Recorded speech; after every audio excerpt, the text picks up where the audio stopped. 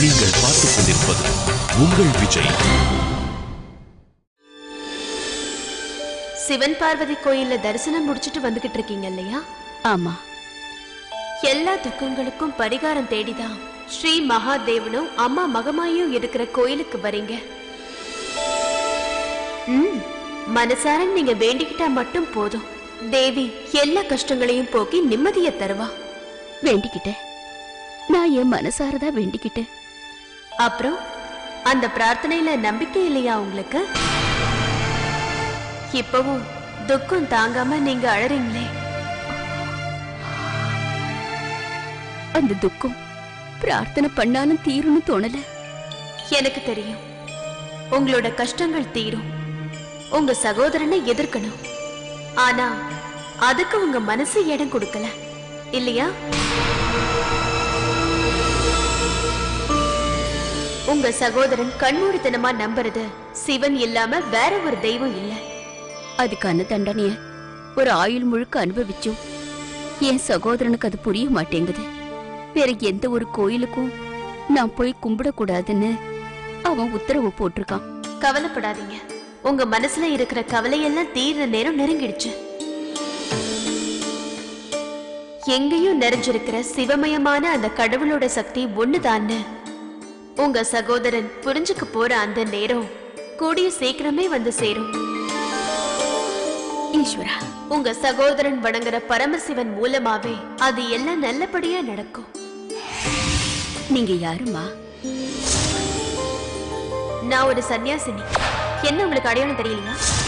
அதில்ல, எனக்கு கொஞ்சமும் அறிமுகம் இல்லாத நீங்க என்ன பத்தின விவரம் எல்லாம் சொல்றீங்க.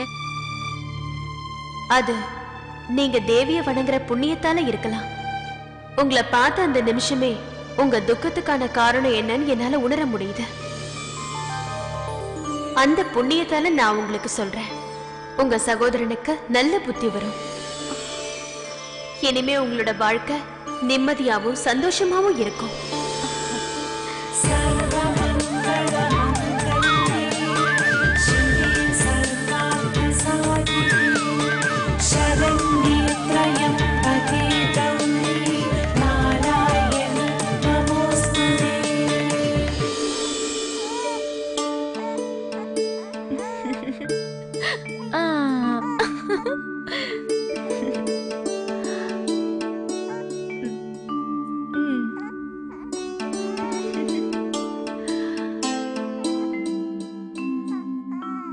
மகாராணி,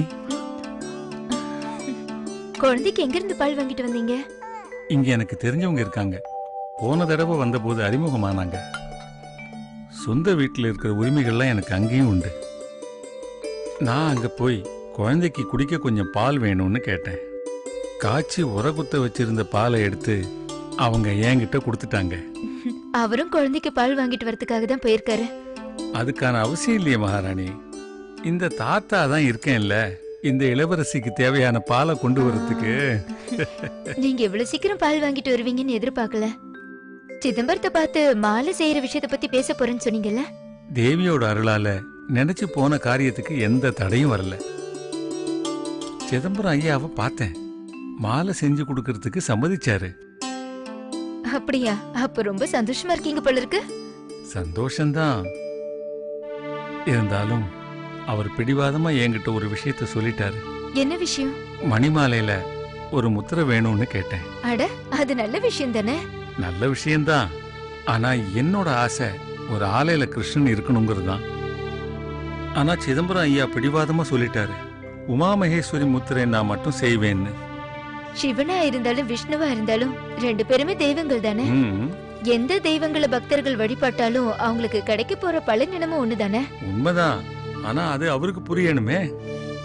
விஷ்ணு பகவான வெறுக்கிறதுக்கான கஷ்டத்தையும் தண்டனையையும் அவர் ஏற்கனவே அனுபவிச்சுட்டு இருக்காரு.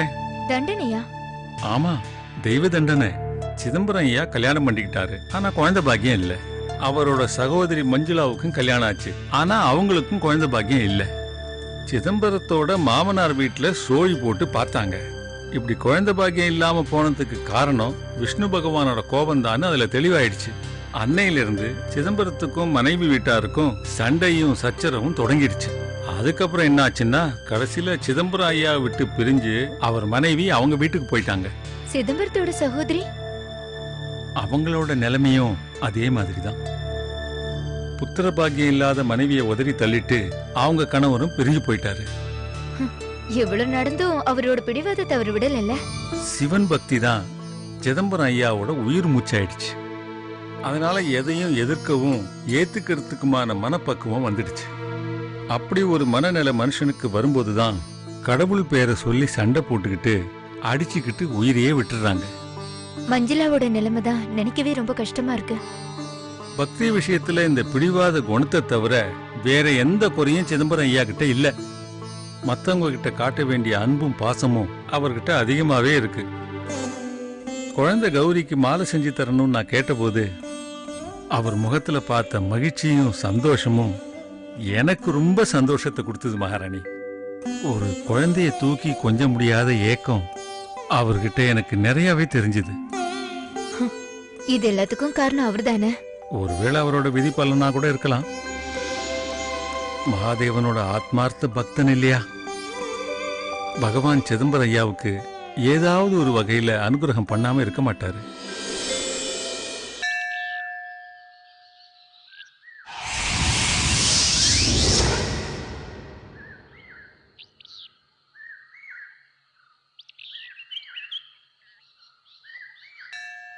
நீ இங்கே இருந்தா போதும் ராதா. அது எப்படி முடியும் மகாராணி? உங்களுக்கு எந்த ஆபத்தும் யாராலையும் வந்துடக்கூடாதுன்னு தானே அரண்மனையில இருக்கிற சின்ன மகாராஜா என்ன அனுப்பி வச்சிருக்காரு. அப்படியெல்லாம் எனக்கு யாராலையும் எந்த பிரச்சனையும் வராது. இருந்தாலும் நீங்க அப்படியெல்லாம் சொல்லக்கூடாது மகாராணி. அப்படிதான் என்ன யாராவது கடத்திட்டு போகணும்னா போகட்டு விடு. இதே மாதிரி பேசிட்டு இருந்தா அப்புறம் நான் கோயிலுக்கே போக மாட்டேன். நான் சாமி கும்பிட்டு வர வரைக்கும் நீ இங்கே இருந்தா போதும். நல்லா இருக்கே, நானும் சாமி கும்பிட வேணாவா? சாமி கும்பிடணும்னா நான் வந்ததுக்கு அப்புறம் போ.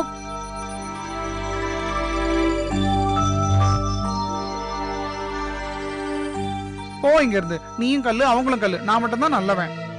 அப்படி பார்க்காத.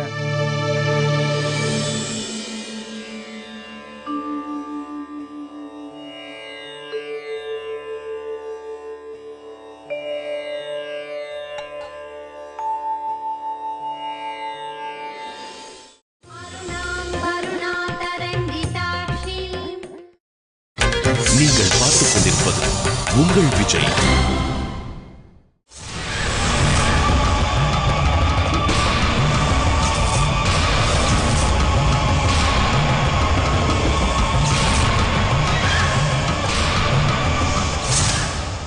பகவானே விக்னேஸ்வரா, சொந்தக்காரங்க எல்லாரும் இருந்தோ நான் ஒரு அனாதை மாதிரி தான் இருக்கேன். ஆதரவற்றவங்களை காப்பாத்துற ஆதி பரம்பொருளே, என்னோட எல்லா கஷ்டத்துல இருந்தோ நீதான்ப்பா என்ன காப்பாத்தணும்.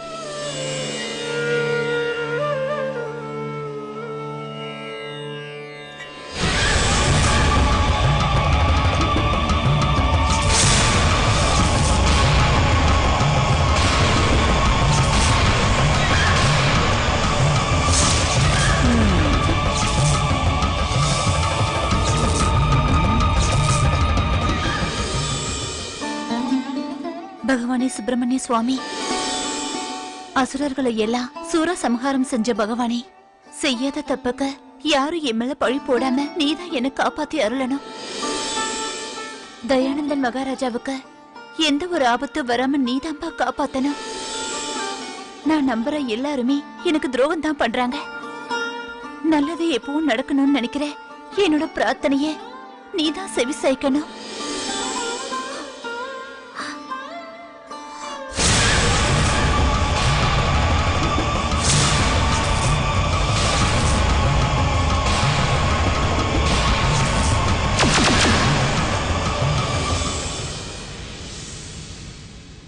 மல்லிகை மகாராணி, நீங்க இந்த மாதிரி பண்ணலாமா? நான் எந்த தப்பும் பண்ணல. யாரு சொன்னா நீங்க தப்பு பண்ணலன்னு? சாமியாரம்மா உங்ககிட்ட என்ன சொல்லி அனுப்புனாங்க? உபதெய்வங்களை கும்பிடக்கூடாதுன்னு தானே? அதை கேட்காம நீங்க முதல்ல வணங்குறது பிள்ளையாரையும் முருகனையும் தானே? அதனால இப்ப என்ன? ஆஹா, நீங்க இந்த மாதிரி செய்யறது சாமியாரம்மா எதிர்க்கிற மாதிரி இல்லையா? கடவுளை நான் கும்பிடுறது அவங்களுக்கு எப்படி எதிராகும்? அப்புறம் எதிர்க்கிறது இல்லாம எந்த தெய்வங்களை சாமியாரம்மா வணங்க வேணாம்னு சொன்னாங்களோ அந்த தெய்வங்களை முதல்ல நீங்க வணங்கினது எதிர்க்கிறது மட்டும் இல்ல, அகங்காரம் கூட. சாமியாரம்மா சொல்றதெல்லாம் அப்படியே கேட்கணும்னு எனக்கு கூட அவசியம் கிடையாது. ஏன் அப்படி? அவங்க சொல்றதுல எனக்கு நம்பிக்கை இல்ல, போதுமா? அடக்கடவுளே, இந்த மல்லிகா மகாராணிக்கு என்ன ஆச்சு? சாமியாரம்மா மேல நம்பிக்கை இல்லையாமே? அப்ப சாமியாரம்மா சொல்லி கொடுத்த மந்திரம் சொல்லவும் உங்களுக்கு நம்பிக்கை இல்லையா? அந்த மந்திரம் எனக்கு ஞாபகம் இருந்தா தானே சொல்றதுக்கு. ஆ?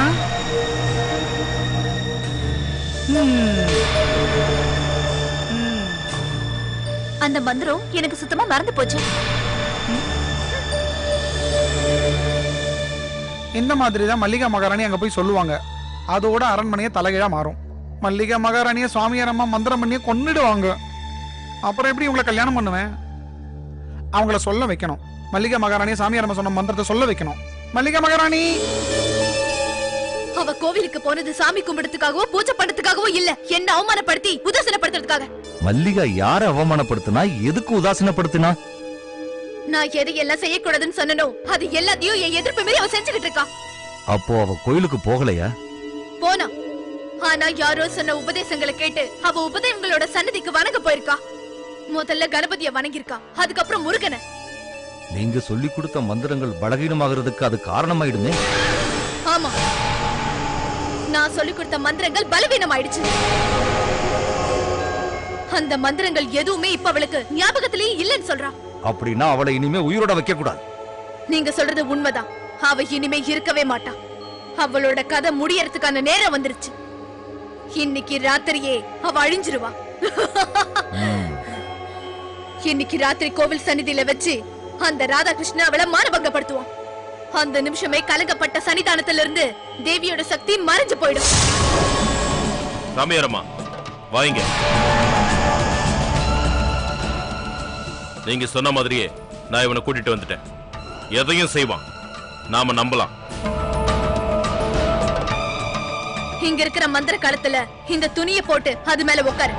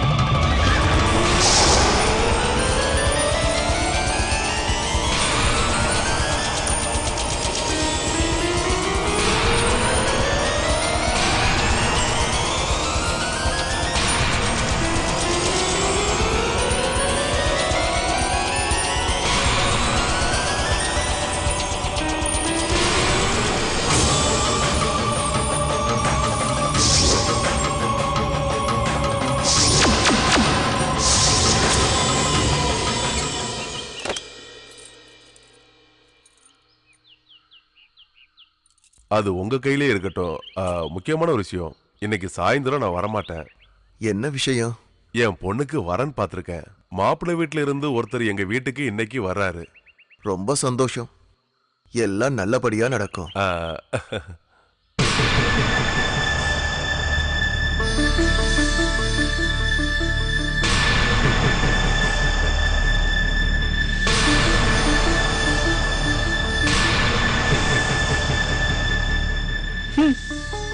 வரத பத்தியா? இவங்க பெரிய ஆளுங்க நினப்பு.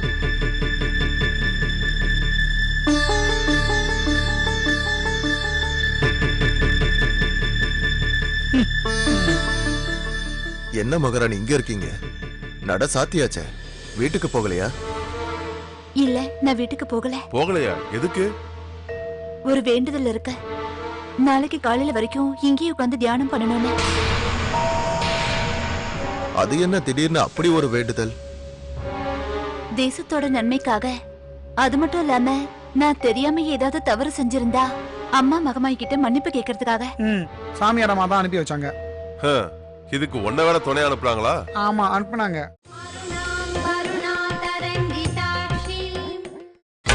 நீங்கள் பார்த்துக் கொண்டிருப்பது உங்கள் விஜய்.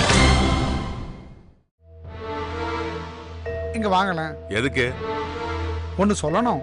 நீ என்ன சொல்ல போற? அத சொல்றதுக்கு தானே கூப்பிடுறேன். இந்த பக்கம் வாங்க. அது இன்னைக்கு ராத்திரி பூராவும் கோவில்ல விரதம் இருக்கதான் மகாராணி வந்திருக்காங்க. கூட நானும் வந்திருக்கேன். உன்னோட வியாக்கியானம் கேட்கல, எங்களுக்கு நேரம் இல்ல. என்ன எதுன்னு சீக்கிரமா சொல்லு. பொறுங்க. மல்லிகை மகாராணிக்கு கொஞ்சம் பிரச்சனைகள் இருக்குன்னு தெரியும்ல. யாரோ அவங்களுக்கு எதிராக மந்திரம் செய்து அவங்க கூட ஏதோ ஒரு கெட்ட ஆவி இருக்கான். அதுக்கு பரிகாரமா இன்னைக்கு பகலும் ராத்திரியும் விரதம் இருக்கிறதுக்காக அனுப்பி வச்சிருக்காங்க. நம்ம சாமியார் அம்மா தான். துணைக்கு அனுப்ப யாரையும் நம்பிக்கை இல்லைன்னு என்ன அனுப்பி இருக்காங்க. இங்க பாருங்க, விடிகிற வரைக்கும் கண் முழிச்சு மல்லிகா மகாராணிக்கு பாதுகாப்பா நான் கூட இருப்பேன். நீங்க தைரியமா போங்க. நாங்க என்ன சொல்றது? அரண்மனையில இருக்கிறவங்களே சொல்லிட்டாங்க, அப்புறம் எங்களுக்கு என்ன? எது எப்படியோ சாயங்காலம் பூஜைக்கு நாங்க வந்துருவோம். கோபத்தை பாரு.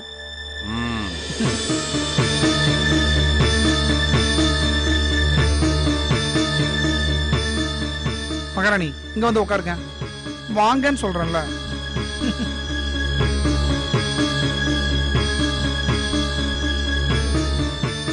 அம்மா நாராயணா, தேவி நாராயணா.